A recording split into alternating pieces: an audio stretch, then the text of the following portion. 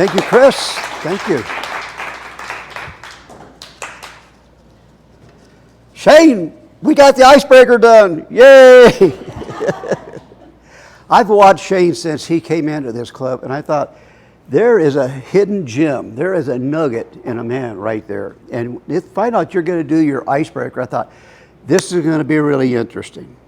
And you started out with a classic opening line, which is tell them what you're going to tell them. You talked about some of your insecurities. And you used the rule of three. Did you realize you're using that rule of three? You talked about your inadequacies in baseball. You talked about basketball. You talked about where you're failing.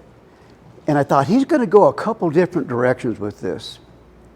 Because I was relating to you all the way through the first part of that presentation. I think each and every one of us has tried something we felt inadequate. Jeff, you set us up for that in your very opening in your speech, is that maybe rejection is going to happen. There's something bad is going to happen. And when I'm following you through this, and I thought, well, he's got baseball, he's got basketball, I'm not good enough. And then I thought, he's going to fast forward into the story of how he wanted to get into Toastmasters. Did you guys feel the same thing? Like, oh my gosh, we're all going to be killed. Oh, everybody's looking at me, my zipper's undone or something.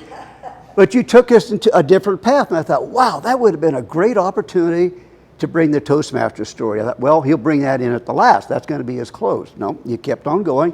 But I love the analogy where you took us to where you're comparing yourself to this girl that's got all this talent. She's got all of this coaching. She's got everything that you didn't have.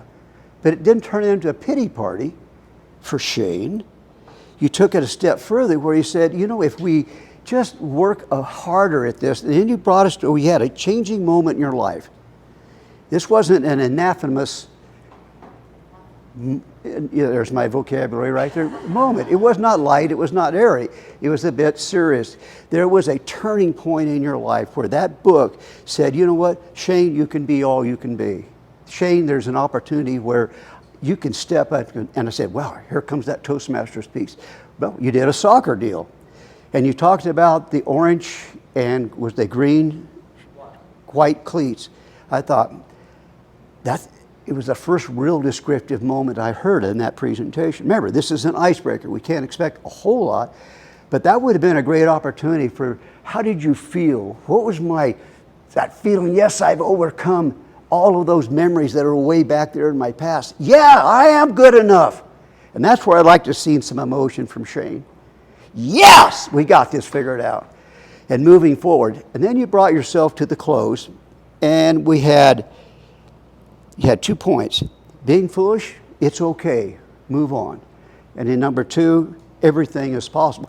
That's kind of a quick, short little close. So maybe back into your body, you could use a little bit less detail and get a little bit stronger on that close.